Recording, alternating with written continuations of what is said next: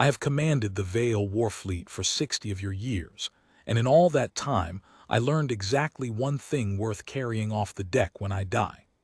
I did not learn it from a strategist, or from the long tables of the high tier, or from the gunnery masters who could put a beam through a moon at half a light second. I learned it from a small, tired human woman in stained coveralls who was never supposed to be standing on my command deck at all, and who, when the whole galaxy had gone mad, fixed it the way she fixed everything, quietly, with her hands, while making a low noise in her throat that none of us could even imitate. Her name was Della Marsh. I will get to how I came to know that name. For most of the time she served aboard my flagship, the Kale Haste, I did not know it and would not have troubled myself to ask. To me she was deck grease. That was the word we used. Not cruelly, you understand, or so we told ourselves. It was simply the tier she belonged to, the way a wrench belongs to the rack and the rack belongs to the wall. The Vale are a people of tiers. Where you stand at birth is where you stand, and the higher tiers do not look down so much as they fail to look at all. The maintenance trades, the hull walkers, the contract mechanics we hired in from a dozen poorer worlds because no proud Vale would crawl through a coolant gallery, they were beneath notice. They were the noise a ship makes when it is working. You do not thank the noise. You only notice when it stops. So I did not notice Della Marsh for the better part of 2 years. She was one of 40 human contractors we took on after the yards at Hesperdown sold us a flagship 1.5 kilometers long with 300 subsystems no Vale engineer had ever bothered to understand, because understanding the plumbing was a low-tier shame. The humans understood the plumbing. They came cheap, they came willing, and they crawled into the dark places between the hull plates and the reactor shielding and made the noise stop. I signed the contract and forgot their faces by the next watch. I want to be honest with you because this is the only way the story means anything. I thought very little of humans then. I had read the briefings. A young species barely off their one wet rock, no tears worth the name, a chaotic and sentimental people forever touching one another and weeping at small things and singing, of all the absurdities over their work in the bath, to their infants, to the dead. The Vale do not sing. We have no word for it that is not also our word for malfunction. A tone held in the throat with no message in it, repeated, wandering up and down with no purpose. To us that is the sound a damaged person makes, or a damaged machine. I had heard the human crews doing it down in the galleries, that low wordless wandering noise, and I had asked my deck master once whether the contractors were defective. He told me, no, Marshal, they always do that, it seems to mean nothing. Leave them to it. Leave them to it. There is a sentence I have had a long time to regret the lightness of.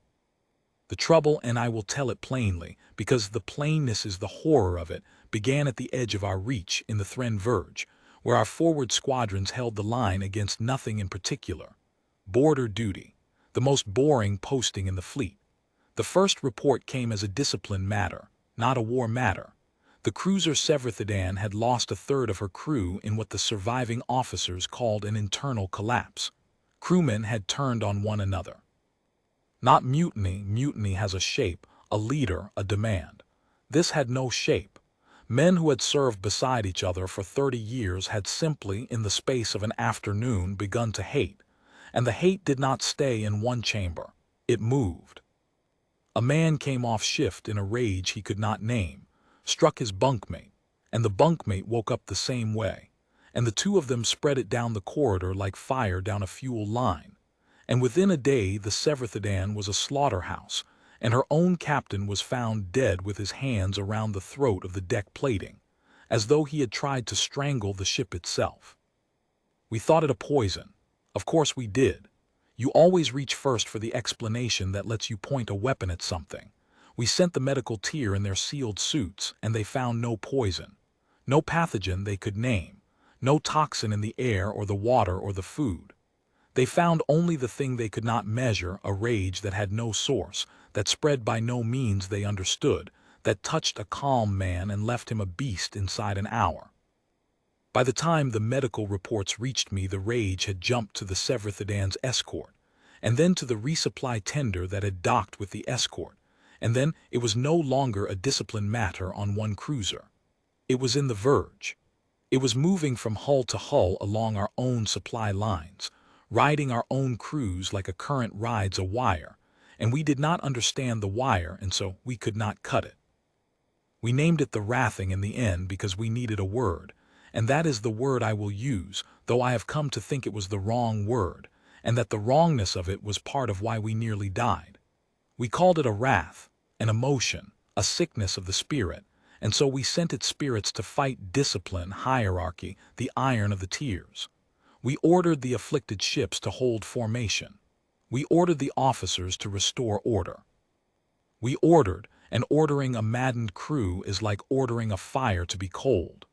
The orders went out and the rage answered them, because, and this is the thing it took us far too long to see, the wrathing fed on exactly the thing we kept feeding it. It fed on force. It fed on the answering of anger with anger. Every ship that fought it harder burned hotter.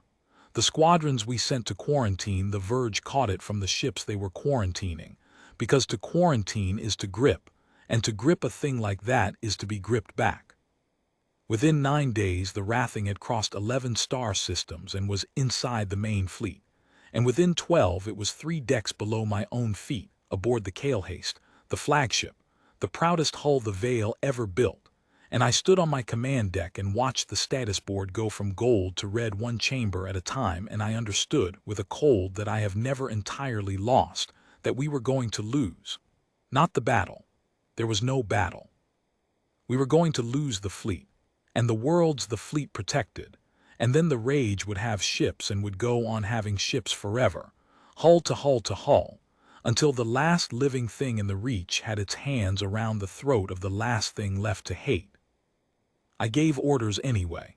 A marshal gives orders, it is what we are for. I sealed the lower decks. I cut the affected chambers from the air system. I had the gunnery tier prepare to scuttle our own afflicted vessels, ship-killing ships full of our own people, because a maddened warship is a weapon pointed at everything, and a weapon you cannot calm you must destroy.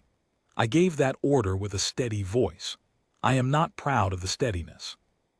It is easy to be steady when you have stopped letting yourself believe in any other outcome.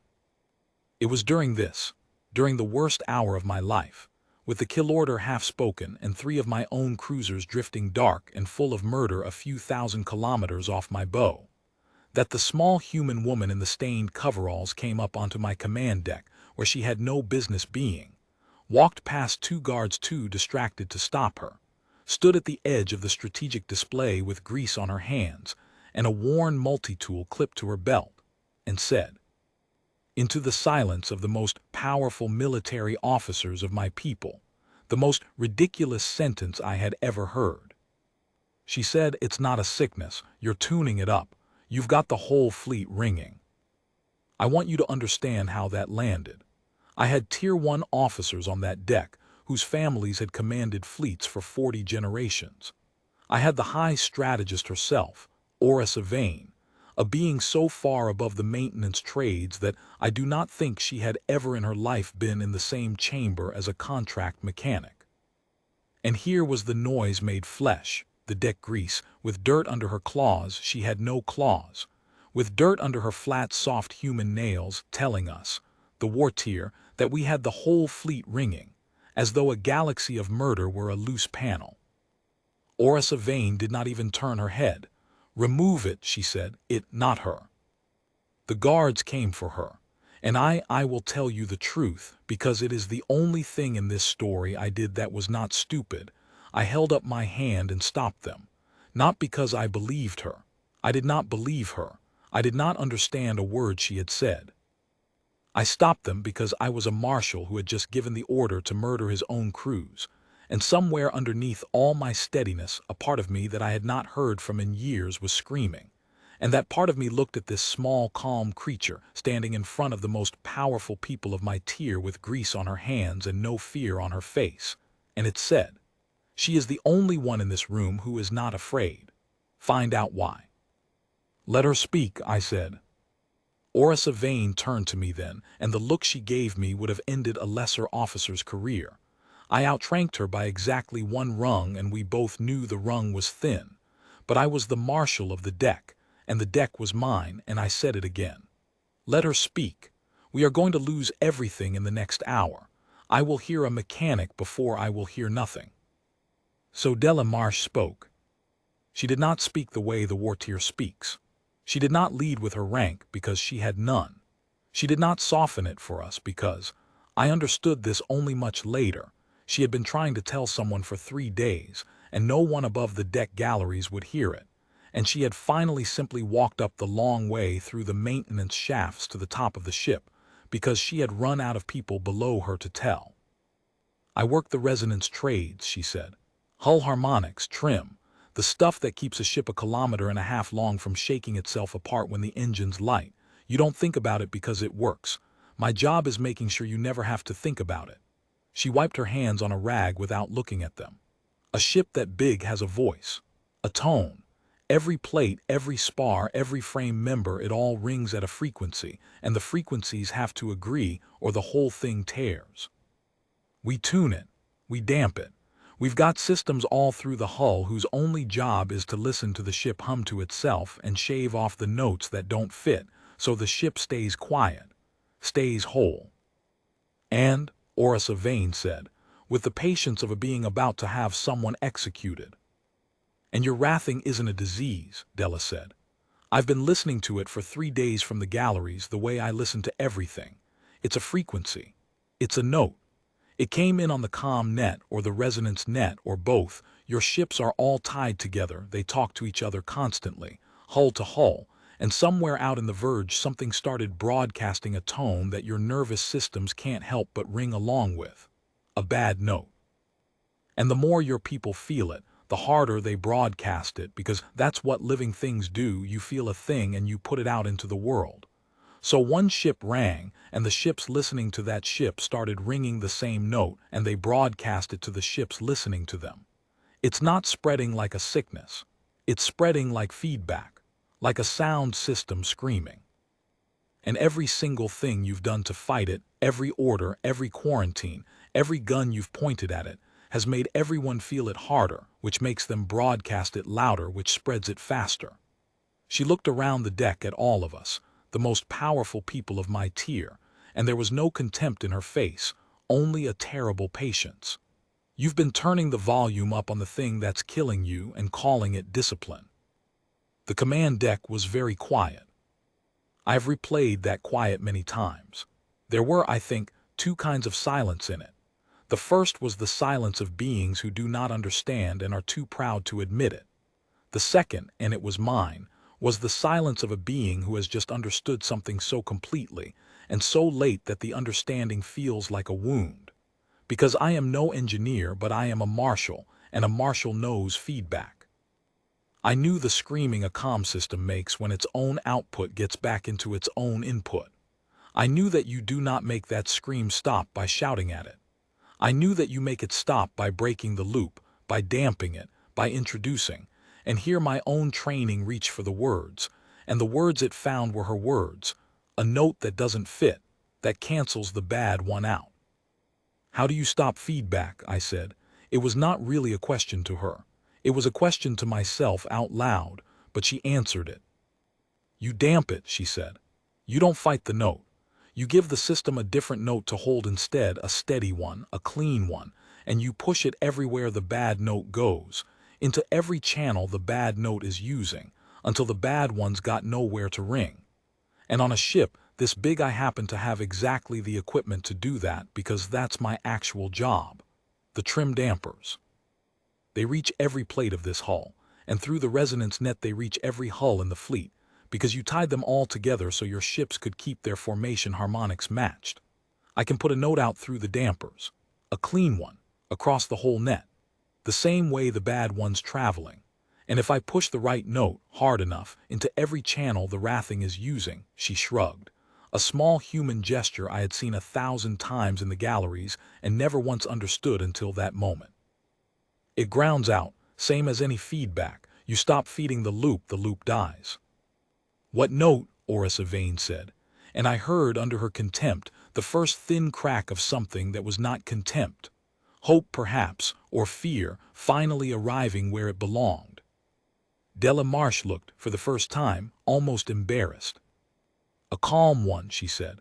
"That's the thing. It can't be another angry note that just adds to the pile. It has to be the opposite. It has to be the note a thing makes when it's settled, when it's safe, when nothing's wrong." She rubbed the back of her neck. "I don't have a machine that makes that note. I've never needed one. But I know what it sounds like because I make it myself about 400 times a shift without thinking about it, the same as everybody I work with does. When I'm crawling around inside this ship and she's shaking, and the readings are bad and I'm trying to get her to settle, I do the thing my mother did over the stove, and her mother did, and every human who ever calmed a frightened animal or a crying baby or a screaming engine has done since we came down out of the trees." She paused. I hum. And there it was, the thing none of us could do. The thing we had no word for that was not also our word for broken. I will tell you what happened on that deck, because it is the part I think about most, the part that has nothing to do with machines. Orissa Vane laughed. Not a cruel laugh, a lost one, the laugh of a being whose entire framework for understanding the universe has just been told that the universe will be saved by deck grease making the malfunction noise on purpose. "You propose," she said, "to save the Vale Warfleet by doing the defect, the throat noise, the thing your kind does when something is wrong with you." "We don't do it when something's wrong with us," Della said quietly. "We do it when we're trying to make something else right. That's not the same thing. I know your people can't do it. I know it sounds like nonsense. But I've been listening to your fleet scream itself to death for 3 days from inside its own walls, and I'm telling you, the only thing I've ever heard make a screaming thing go quiet is a calm sound, held steady, by something that isn't afraid. And you don't have one of those in this room." She looked at me, only at me, and she was not afraid, and I finally understood why. "But I do. So either let me try or shoot me with the guards, because I'd rather be shot than crawl back down into the galleries and listen to it finish. I have given orders my whole life that other people died for. It is the worst part of command, and it never gets lighter. But I have given exactly one order in my life that I would give again exactly the same way in any universe, and I gave it then. I said, take her to the resonance control. Give her anything she asks for, Marshal's authority, anything. And when Orissa Vane started to object, I said the only thing I have ever said to a superior strategist that I knew was beneath my tier and did not care. We are going to be dead in an hour either way. I would rather die having let the calm one try than die having shot her for it. Move. So they moved. I went with her. I do not entirely know why. A marshal belongs on his command deck in a crisis, and I left it, and I followed a human mechanic down into the lower galleries of my own flagship, into the dark, warm, humming spaces between the hull plates that I had never once visited in 2 years of command, the spaces where the deck grease lived and worked and made the malfunction noise, and I saw, for the first time, the inside of my own ship. There were humans down there working through the wrathing, working through it, while the war tier above them murdered each other, because the lower galleries were so far from the comm net and so deep in the damping fields of their own equipment that the bad note reached them weakest of all. And so the calmest beings on the entire Kalehaste in that hour were the people we never looked at. They were keeping the ship alive. They had been keeping her alive the whole time. We had simply never noticed the noise. Della's people knew her. That was the second thing I saw that I have never forgotten. We came down out of the shaft into a maintenance gallery full of frightened human contractors, and they turned to her, all of them, and the fear in the chamber dropped. I watched it drop. I felt it drop because she had come. Not because of anything she said. She did not give a speech. She said, "It's a tuning problem, we're going to damp it out. I need the trim array, and I need everybody who can hold a steady tone in the gallery in the next 2 minutes." And they moved, and they were not afraid, because she was not afraid, and her not being afraid spread through that gallery exactly the way she had said the rage spread through the fleet, hull to hull, throat to throat, the same mechanism, running the other way. I was watching the cure before she ever touched the array. I just didn't have the word for it yet. She got to work. I will not pretend I understood the work. She did things to the resonance control that I could not follow, opened panels, rerouted the trim dampers from their 1,000 small local jobs into one great unified output, patched the array into the fleet-wide resonance net, so that whatever she pushed out of the kale haste would travel hull to hull along the same wires the wrathing was riding. She narrated it under her breath the whole time, not for me, just for herself, the way her people did everything, talking and humming and working all at once, a steady stream of low, calm sound. And at the center of it she did the thing I had come down to see, though I had not known I was coming to see it. She put her mouth close to the input pickup of the array, the way a gunner puts an eye to a sight, and she began to hum. I cannot describe the note. I am a veil. I do not have the instrument in my throat, or, I think, the instrument in my soul to truly hear it the way her kind heard it. It was low. It was slow. It was 3 or 4 tones that wandered into one another and came back over and over with no message in them, no command, no meaning that the wartier would ever have recognized as meaning. It was the sound, she told me later, that her mother made over the stove when Della was small and frightened, and that her mother's mother had made, and that meant, in the wordless grammar of her species, only and exactly this: nothing is wrong. You are safe. I am here. Be still. And she pushed it out across the fleet. The array took the calm note and threw it into the resonance net, into every channel the wrathing was using, into every hull tied to ours, a steady clean tone laid over the screaming one, not louder, not angrier, steadier. And the humans in the gallery, the dozens of them, took it up. She had asked for everyone who could hold a tone, and they came and they hummed with her, throats together. The calm note multiplied, fed into the array, broadcast hull to hull across a dying fleet. The malfunction noise. The defect. The thing my people could not do and had no word for, that was not also the word for broken. The most powerful weapon ever deployed in the history of the Veil Warfleet. And it was a room full of tired contract laborers humming the noise their grandmothers had made over the cradle, while a marshal stood in the doorway with his hands at his sides and understood, far too late and just in time, that he had spent 2 years calling the cure a defect. I watched the status board through the gallery's small, dim repeater screen. Nothing happened for a long time. Long enough that Orissa Vane's voice came down the channel telling me the kill order window was closing and I must give it now. Long enough that I had my mouth open to give it. And then the cruiser Sevrithadan, the first ship to fall, the slaughterhouse, the lost one. The cruiser Sevrithadan went from red to amber on the board. 1 chamber, then 2, then a deck. The rage did not vanish all at once. Feedback does not, Della said afterward. It grounds out the way a struck bell goes quiet, fast at first and then slow, the last of it ringing on long after you can no longer hear the note that started it. But it grounded.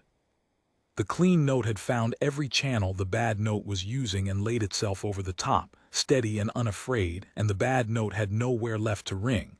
And so, ship by ship, hull by hull, the screaming stopped. Amber, amber, gold. Across the whole strategic display, slower than my fear and faster than my hope, the fleet came back to itself. I do not have a record of how long Delamarche hummed. The array logs say 4 hours and some minutes. The humans in that gallery held the note in shifts, falling out when their throats gave and being replaced by others. An unbroken calm tone pushed out across the reach for 4 hours, while a maddened fleet of 1,000 warships came down off its rage like a struck bell going slowly silent. Della did not fall out. She hummed for 4 hours with grease on her hands and a marshal in her doorway, and she did not stop until the last red chamber on the last afflicted ship went amber, and then gold, and the board was clean. And the silence that came after was the first true silence the Veil fleet had known in 12 days. She took her mouth off the pickup. She straightened up slowly, the way a person straightens after long work in a cramped place. She looked at the board, at all that gold.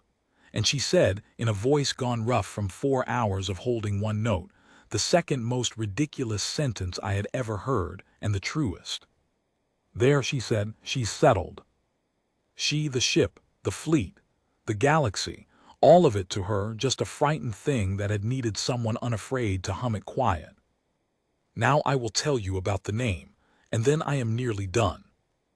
When it was over, when the medical tier had confirmed the Wrathing was grounded across the reach, when the surviving crews were weeping and embracing on 1,000 decks in the messy, sentimental human way that the rest of us had spent the day dying for the lack of, when Orissa Vane had come down into the lower galleries herself, the high strategist in the deck grease quarters, because there was no longer anywhere in the universe more important than the place where the contract mechanics worked.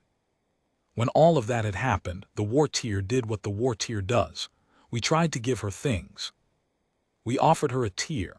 Understand what that means. We offered, the high strategist and I, to lift a human contract mechanic out of the maintenance trades and seat her among the Veil who command fleets, the thing no member of the lower tiers had been offered in the recorded history of my people. We offered her wealth that her homeworld could not have spent in 10 generations. We offered her a ship of her own, a posting, a name in the rolls. We offered her, in the clumsy way of a people who had just learned that their entire framework for measuring worth had been pointed in exactly the wrong direction for 10,000 years, everything we had. She listened to all of it. She wiped her hands on the rag, and then she asked me a question that I did not at first understand, because it was not a question about her reward at all. She said, "Marshal, do you know my name?" I did not. I want to be able to tell you that I did, but I had commanded the ship she saved for 2 years, and I did not know the name of the woman who saved it because she had been the noise, and you do not learn the name of the noise. I told her the truth. I said I did not. And she nodded, not angrily. She was never angry in all of this, which is its own kind of marvel. She nodded as though I had confirmed something she already knew, and she said, "Della Marsh. And there's 40 of us aboard this ship, and 4,000 of us across this fleet, and most of us have been keeping your hulls alive for years, and you don't know one of our names, and you never did because we were the noise. And here's the thing you need to understand, and it's the only reward I want, so listen close." She put the rag in her pocket. "The reason the rage got into your ships and not into our galleries was that we were the only ones calm enough not to ring with it. And the reason we were calm is that we were never up here. We were down in the warm dark doing the work and humming over it and looking after each other, and nobody ever told us we mattered enough to be afraid. The thing that saved your fleet wasn't me. It was the trades.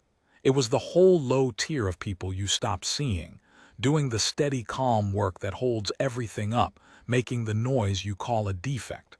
I just turned the noise up loud enough for you to finally hear it." The gallery was silent. Orissa Vane, the high strategist, said nothing, and I have never since seen her say nothing. "You want to give me a tier," Della said. "I don't want a tier. I've seen what your tiers do. They teach the top to stop hearing the bottom, and that's the exact thing that nearly killed every one of us this week. So here's my price, and it's the only one." She looked at me and at Orissa Vane and at the high strategist and the war-marshal of the Veil, the two most powerful beings within 100 light years, standing in the grease quarters because the grease had saved them. "Learn our names, all of them. Make it the rule. Every officer on every hull learns the name of every person who keeps that hull alive and listens to them when they come up the long way to say something's wrong, instead of telling the guards to remove it. That's it. That's the whole reward. Hear the people you stopped hearing, because next time it might not be a note I can damp. Next time, the thing nobody up top will listen to might be the thing that actually saves you, and your fleet will burn while the only person who understood it crawls back down into the dark because nobody up here would hear deck grease talk. I have commanded the Veil Warfleet for 60 of your years. I told you at the start I learned exactly one thing worth carrying off the deck when I die, and that I learned it from a small, tired human woman in stained coveralls. That is the thing. It is not the trick with the dampers, though the dampers saved us. It is not even the humming, though I have ordered in the years since that every Veil hull carry a broadcast array loaded with the calm note, and I have lived to use it twice more, and it has held twice more, and the tradesfolk smile at me now in a way they never did before, which I have come to value more than any metal. The thing I learned is the thing she charged me to learn, and it cost 1,000 ships worth of dying for me to learn it, and I will say it as plainly as she said it to me. We learned the names. I made it the rule. Every officer, every hull, every tier, you learn the name of the person who keeps your ship alive, and when they come up the long way to tell you something is wrong, you do not tell the guards to remove it. You let the calm one speak. I have buried that rule so deep in the bones of the fleet that it will outlast me, and it is the only thing I have ever done that I am certain was right. Della Marsh stayed in the trades. She would not take the tier, would not take the ship, would not take anything but a better gallery for her crews and a seat at the table when the resonance work was discussed, which she had earned and which I would have given her if she had asked for nothing at all. She worked the Kale Haste for another 9 years, and then she went home to her wet little world to be with people whose names I never learned, which she would have told me was the entire point. I saw her off myself. The whole war tier came down to the lower galleries to see a contract mechanic off, which had never happened before and has happened many times since, because she made it ordinary, the way she made everything ordinary, the great ridiculous human gift of treating the impossible like a loose panel, and the powerful like people, and the frightened like something you simply hum quiet. I asked her, at the very end on the boarding ramp, the only question I had left. I asked her how she had not been afraid on the command deck, in front of the war tier, with the guards coming and the fleet dying, how she had been the only calm thing in a universe gone mad. And she looked at me, that small tired woman with grease that I do not think ever entirely came off her hands, and she smiled, and she gave me the last thing she ever gave me, which I have carried 60 years and will carry off the deck when I die. "Marshal," she said, "somebody's got to be. Might as well be the one who knows how the ship works." Then she went up the ramp, humming the way she did everything, the malfunction noise, the defect, the most powerful sound in the history of my people. "Nothing is wrong. You are safe. I am here. Be still," and the doors closed. And I never saw her again, and I have spent every year since trying to be, for the people below me, the calm one she was for all of us. I have not always managed it, but I have learned their names, every one. And when the calm ones come up the long way to tell me something is wrong, I let them speak. It is the only thing I know that is worth knowing. A small tired human in stained coveralls taught it to me while the galaxy burned, and she would tell you if she were here that it was never about the humming at all. It was about who you bother to hear.